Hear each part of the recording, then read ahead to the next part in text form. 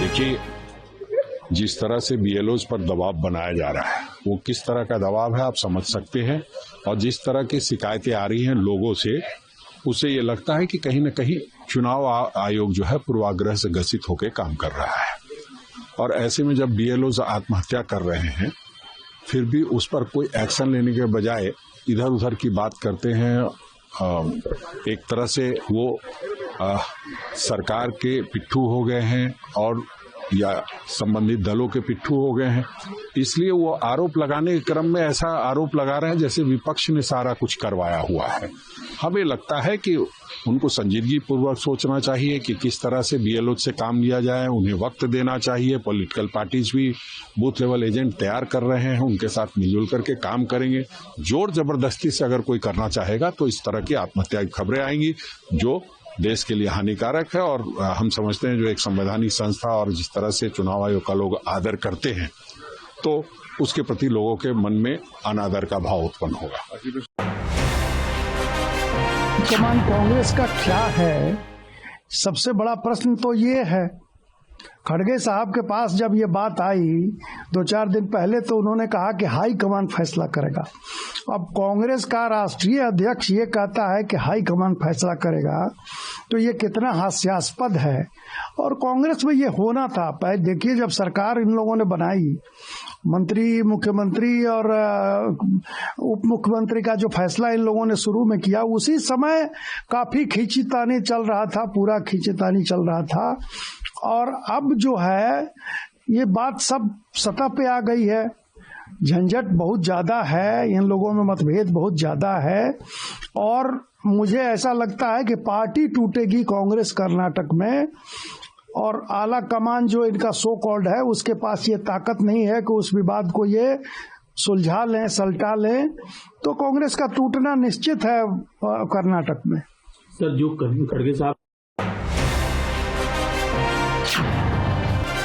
सबसे पहले तो उन्होंने मुझे खाना खिलाया और राजस्थानी खाना खिलाया और बहुत सारी बातें भी की। बातों में फिल्मों की बात निकली, कैसे राजस्थान के बारे में उन्होंने मुझे बताया। एंड मैं भी उनको बता रहा था कि कैसे हम हमारे जो फिल्म वाले हैं इधर आके और शूटिंग करना चाहते हैं। एंड बहुत सारी चीज़ें हमने डिस्कस की।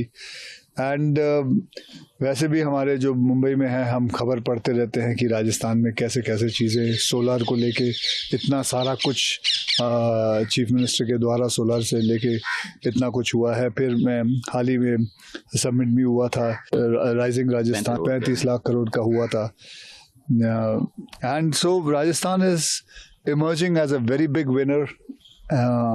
So looking forward for coming for more films and starring and shooting.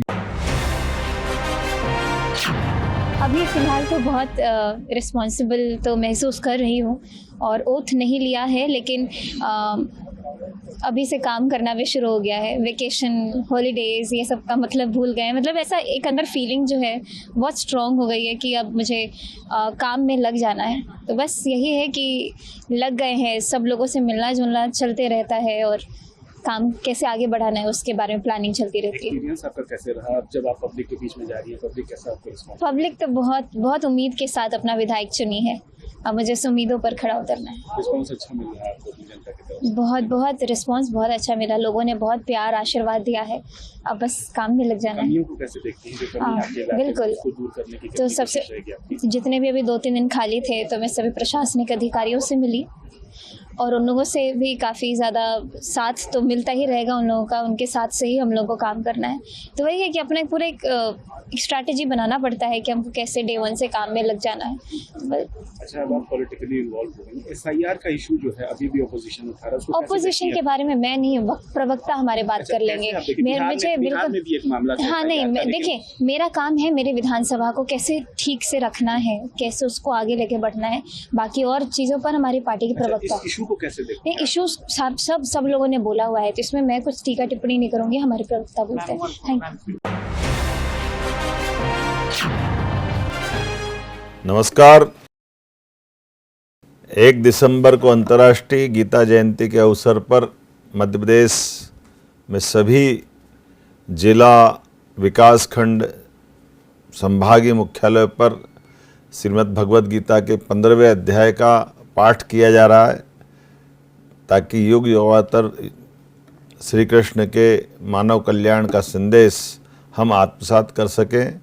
प्रदेश के स्कूलों कॉलेजों के साथ साथ राज्य की प्रमुख जेलों में बंदी श्रीमद् भगवद गीता का सस्वर पाठ करेंगे।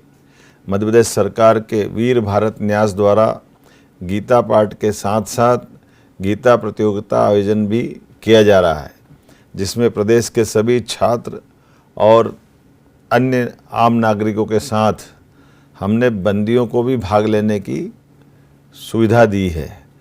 प्रतियोगिता में सफल होने वाले छात्रों, बंदियों, आम नागरिकों सभी के लिए 70 प्रकार के पुरस्कार रखे गए हैं।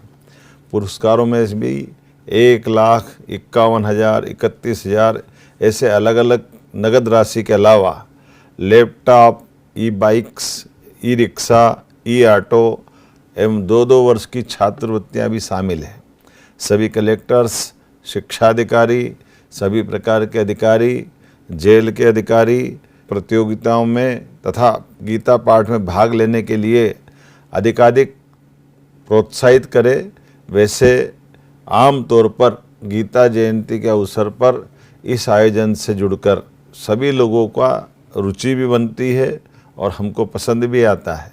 ऐसे में भगवद गीता का प्रादुर्भाव मध्य प्रदेश की धरती उज्जैन से आचार्य सांदीपनि के आश्रम से माना गया है। भगवान कृष्ण ने 5000 साल पहले यहीं शिक्षा ग्रहण की थी।